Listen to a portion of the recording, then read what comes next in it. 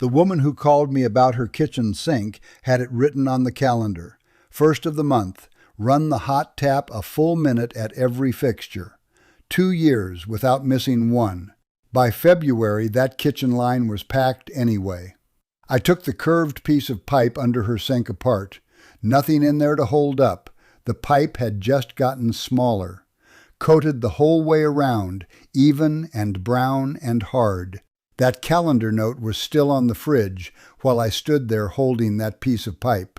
She was doing the right habit with the wrong method, and the method is the entire difference. A call like that usually runs somewhere between $175 and $350, more in some markets. That little mistake gets expensive fast. I've been doing residential plumbing a little over 30 years, most of it in Chicago houses, and I'm still on the tools. I've had that same piece of pipe apart in 1,000 kitchens.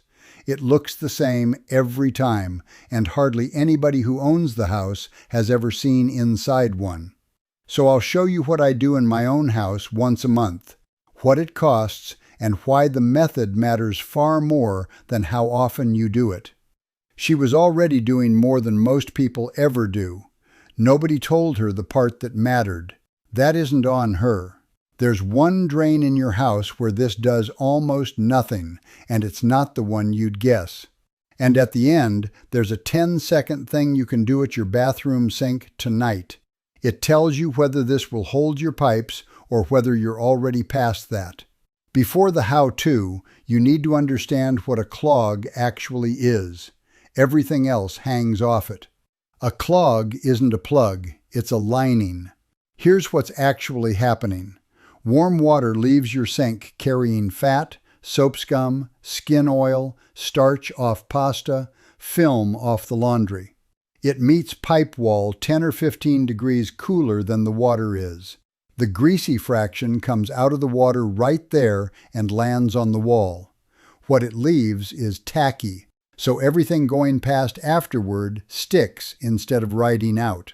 Hair, coffee grounds, lint, 1 grain of rice. You see it first in that curved piece under the fixture. That's a P-trap, and it holds a couple inches of water all the time. Coolest, slowest part of the run.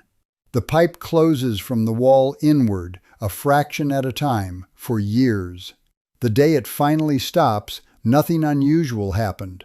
Something ordinary went down a pipe that had been 3/4 closed since last spring.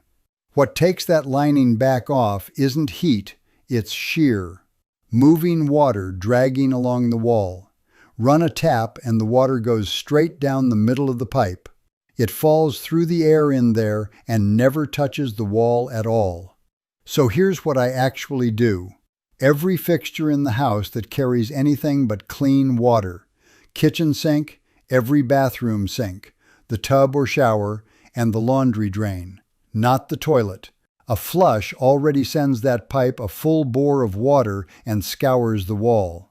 You want the hottest water your tap will give. Not boiling, and I'll come back to why. Plus about a teaspoon of degreasing dish detergent per fixture. The plain blue kind from the grocery aisle, nothing sold for drains.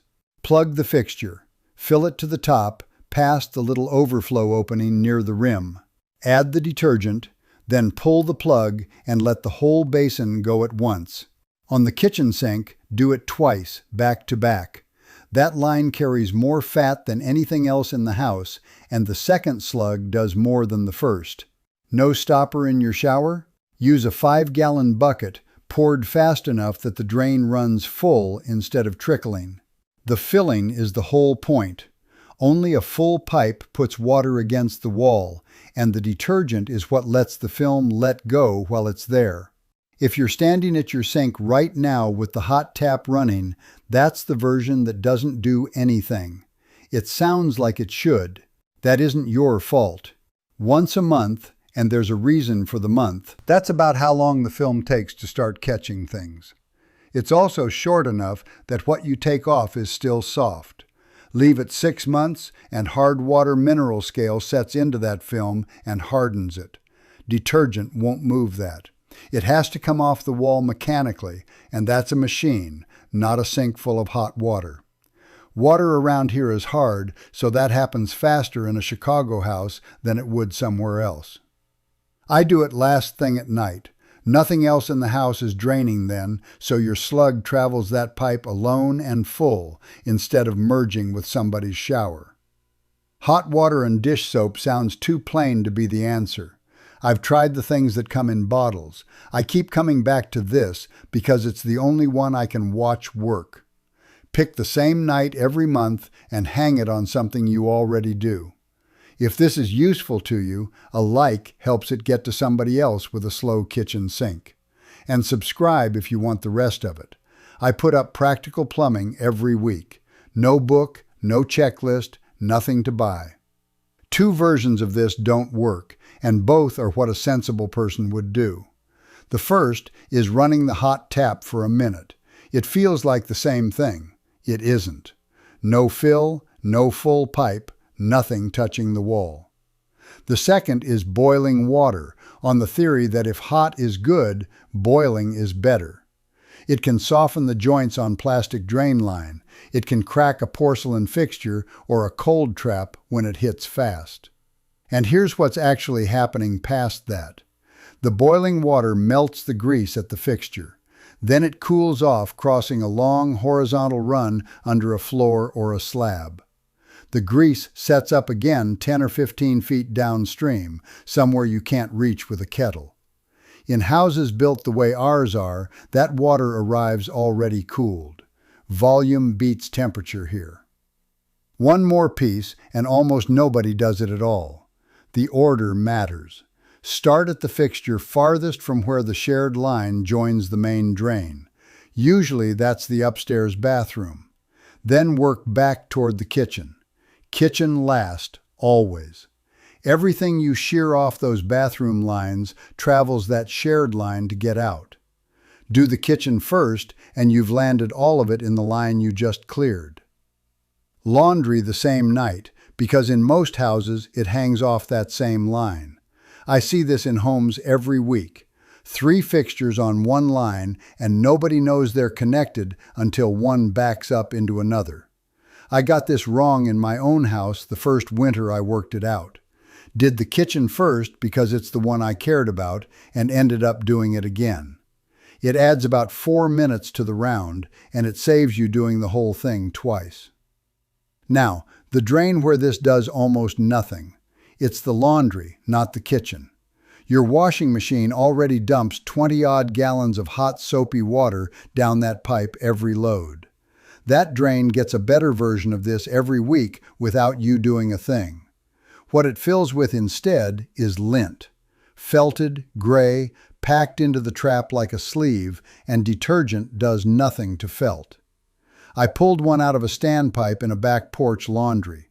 That's the open, vertical pipe your washer hose hooks into. It held its own shape when I set it on the floor. So catch it before it goes in. A mesh sleeve over the discharge hose, rinsed out whenever you clean the dryer filter. That slot near the top of your bathroom sink isn't just an emergency spillway.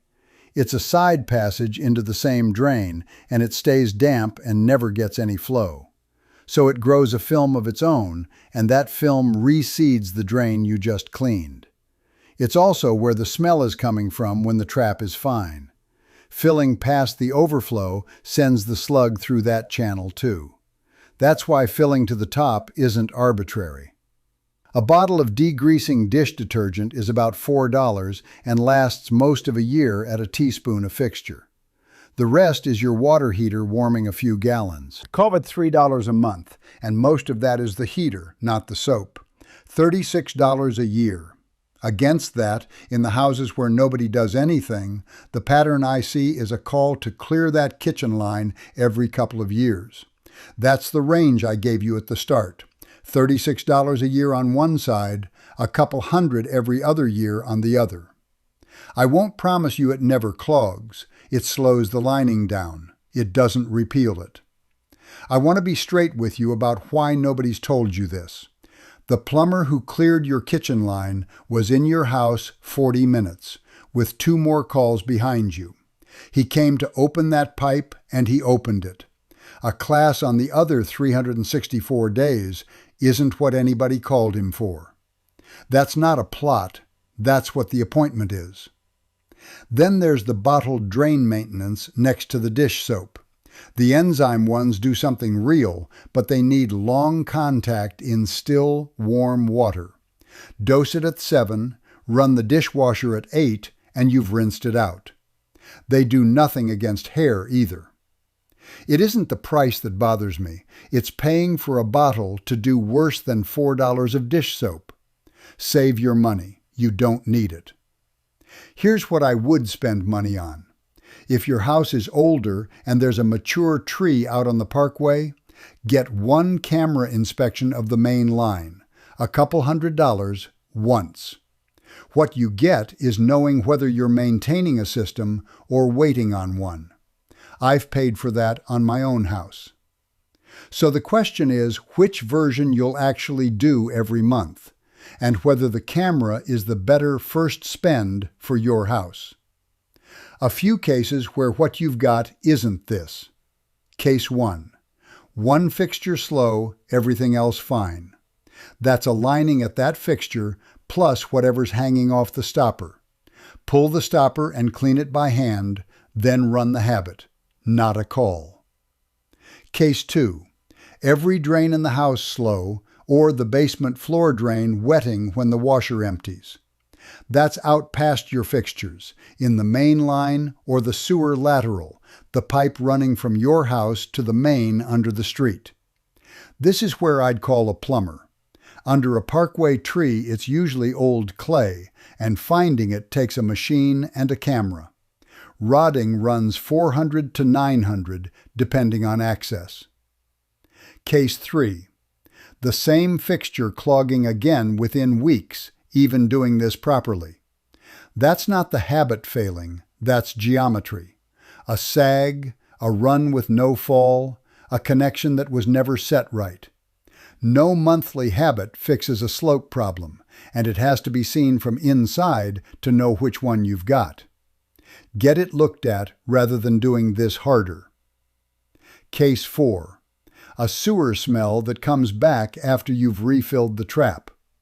If the trap's holding water and you still smell it, there's an open path somewhere. A failed seal, a cracked line, a vent. This is where I'd call a plumber, because sewer gas isn't something to keep chasing yourself. Case 5. A gurgle from the tub every time the sink drains. That's draining water pulling air through the nearest trap because the vent stack is restricted. That's the pipe running up through your roof to let air into the drain lines. Around here it can frost partly closed in a cold snap and open in a thaw. So it comes and goes and gets red as an intermittent clog. Seasonal, watch it. Year-round, it's a call. Case 6, and this one matters. Any drain that's had chemical drain cleaner poured into it. Don't plunge it. Don't snake it. Don't run this habit on top of standing cleaner. That liquid sits on the blockage and it's still active hours later, so anything you push into it comes back at you. If somebody's opening that line, tell them what went down there before they touch it. Here's the test I promised you, and you can do it tonight. Fill your bathroom sink to the top. Pull the plug. Count the seconds until it's empty.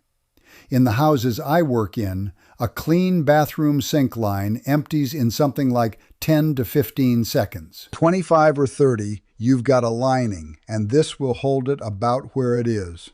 Past 45, you're already past what hot water and detergent can take back. That line needs opening mechanically one time, and then the monthly habit keeps it there. Same test at the kitchen sink with a full basin. Expect it slower and read that one against itself over time. Here's what makes it worth doing. Count it tonight before your first proper flush, then again right after.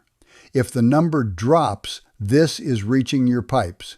If it doesn't move at all, That's your answer about which of the three you're in. 2 minutes to know instead of finding out in February. If you take one thing out of this, take this.